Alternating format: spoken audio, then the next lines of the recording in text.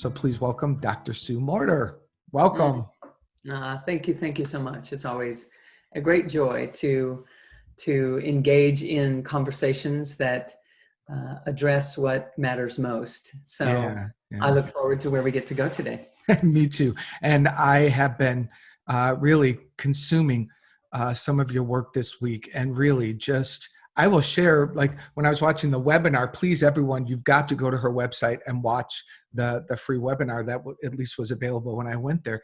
And as you were talking about the experience, I literally was having this light, like sort of shifting experience while you were talking. It was just like, woo, this is the real deal.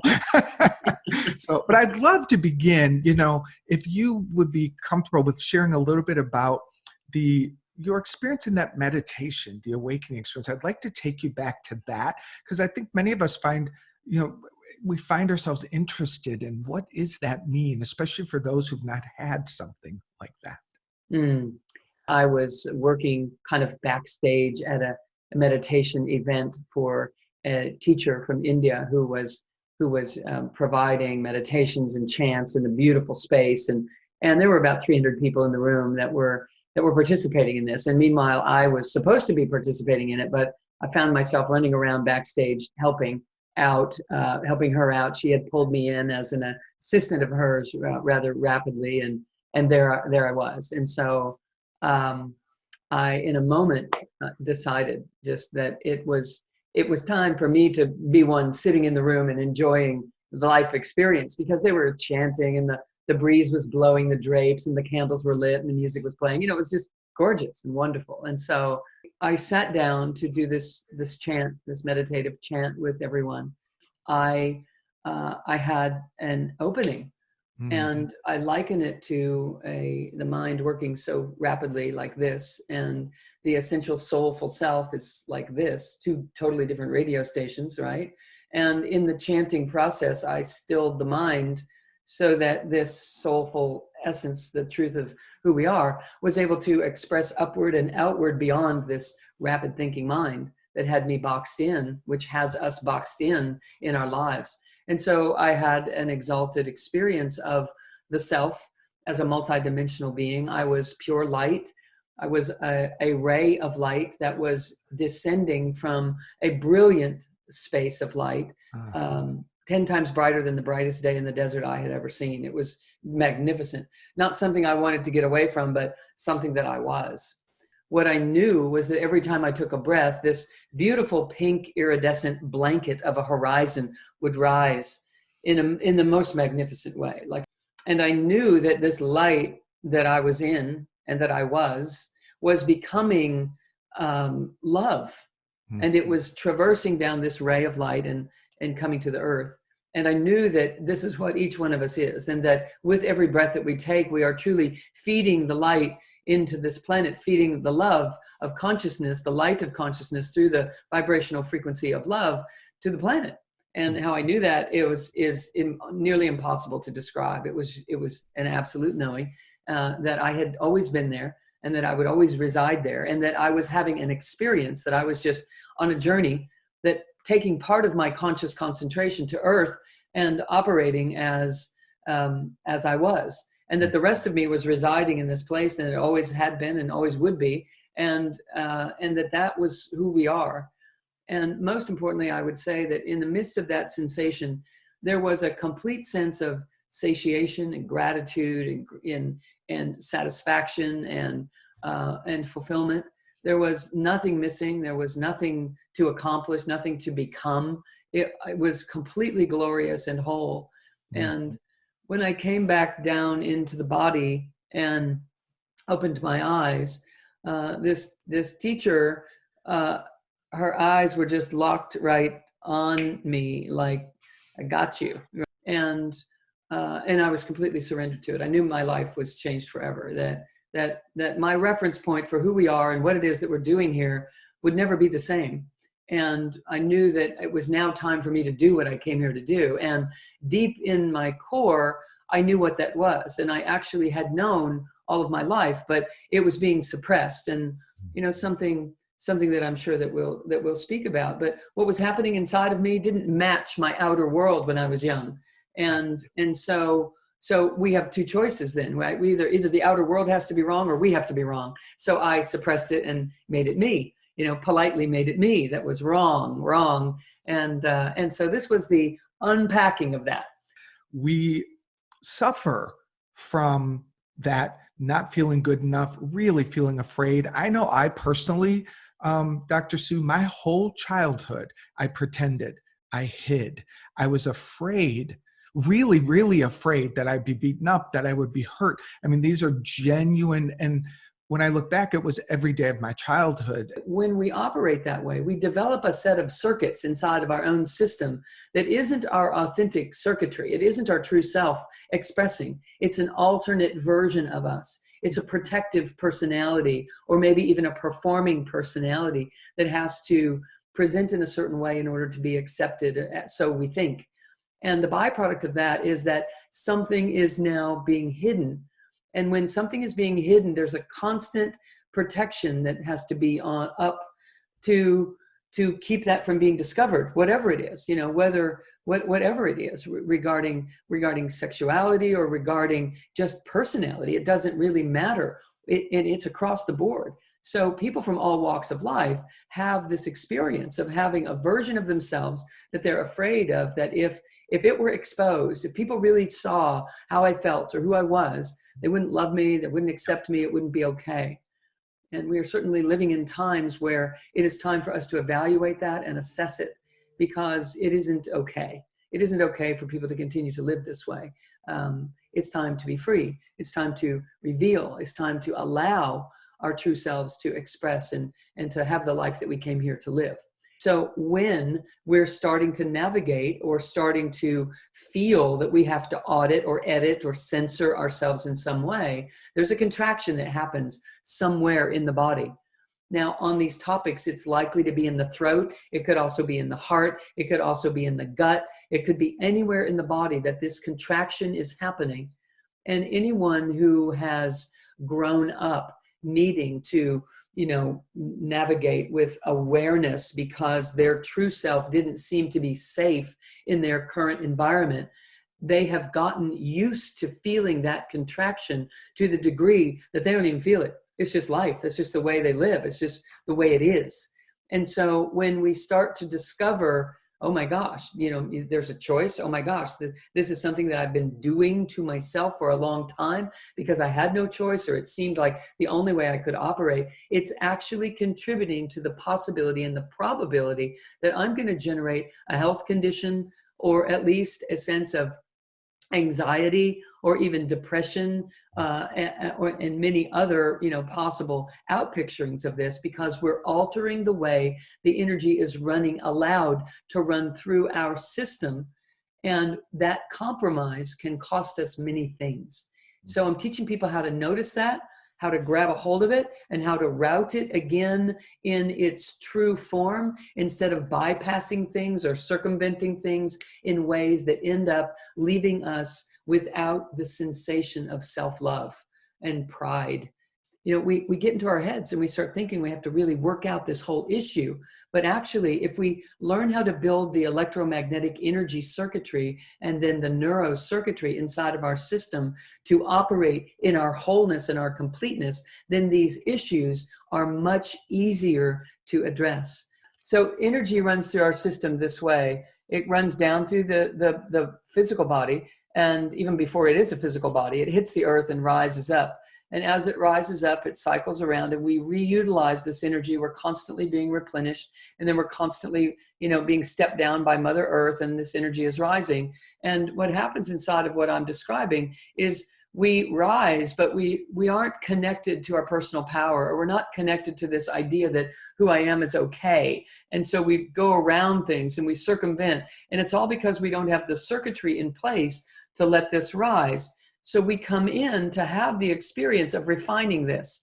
We come in to bump up against things so that we can find where these wobbles are, where these gaps are in our circuitry.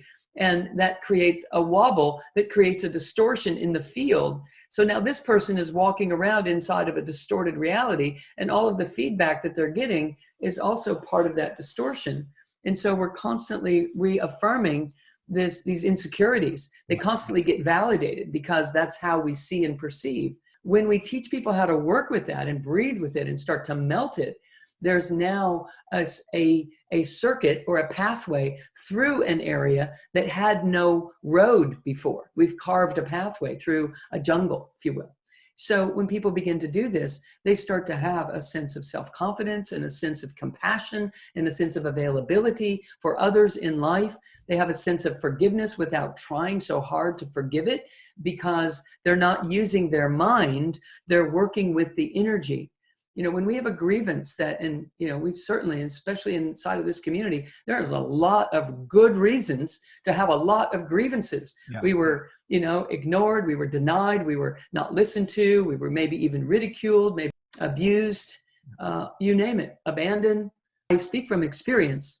I was written out of my father's will because of my sexuality. I was hiding and I was sexually abused by an uncle, and so I get it. So I speak about this from experience. I'm not over here saying, hey, all you folks, you just need to, you know, buck up. You know, I'm not saying that. Oh my God, I know how hard it is. It's really hard, right up until it's not.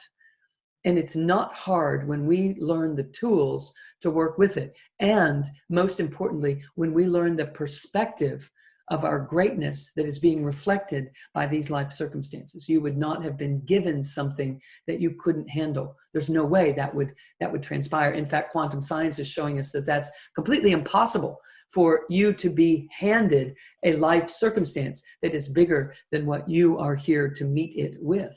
It's not possible. Can you give us something now that we could begin doing, a simple step that we could all leave the summit and be practicing that moves us more forward? The first thing that I would love for everyone to do is to realize that we live in a dispersed state and we don't even know it.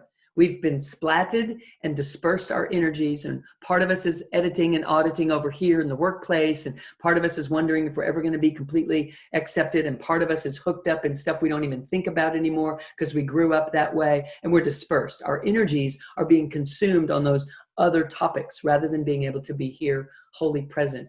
And it's something that plagues humanity.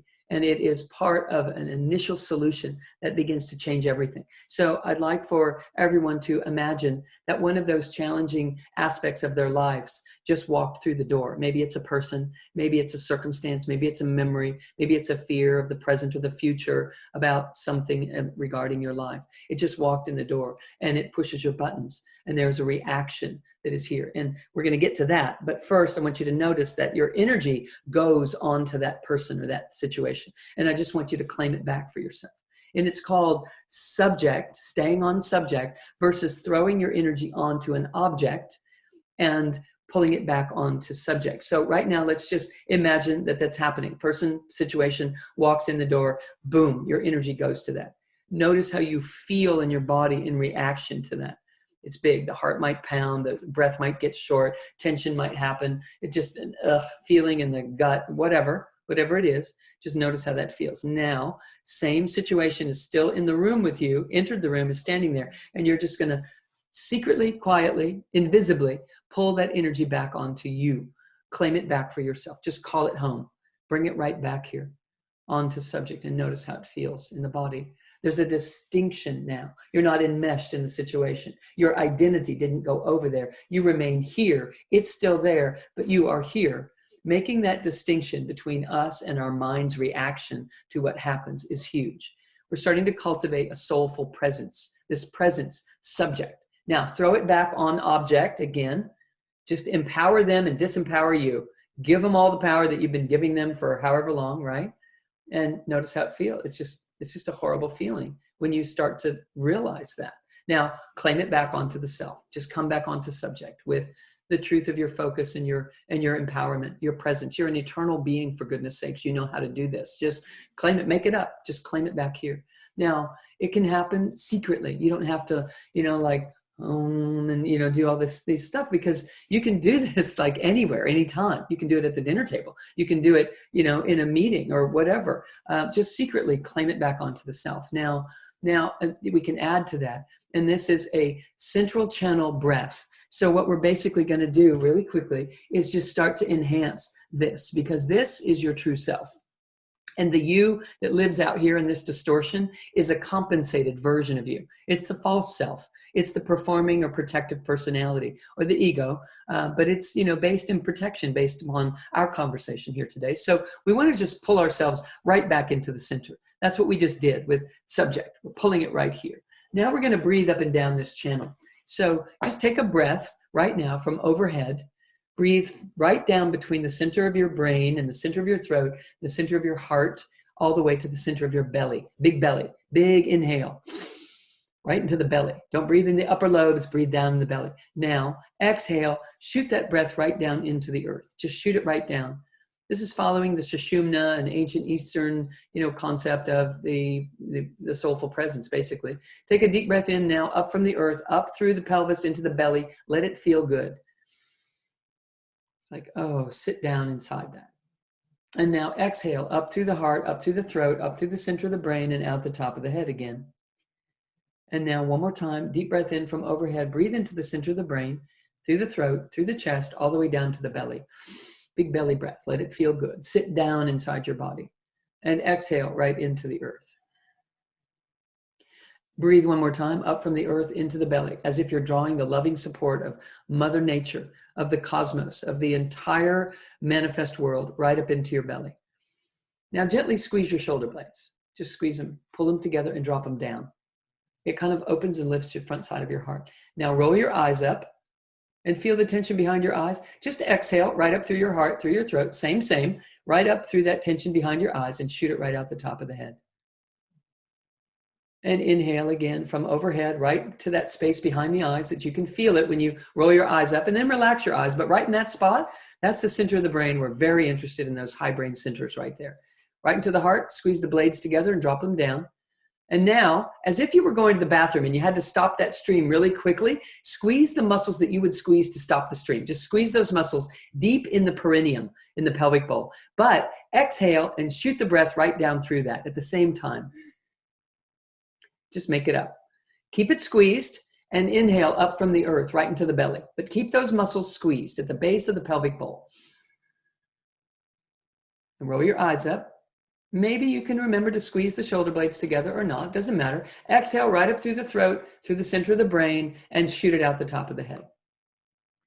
Now that is, let's just all come back here and just check in for a second. Central channel breathing. You're breathing from beyond the body into your core, and you're exhaling to beyond the body into the earth.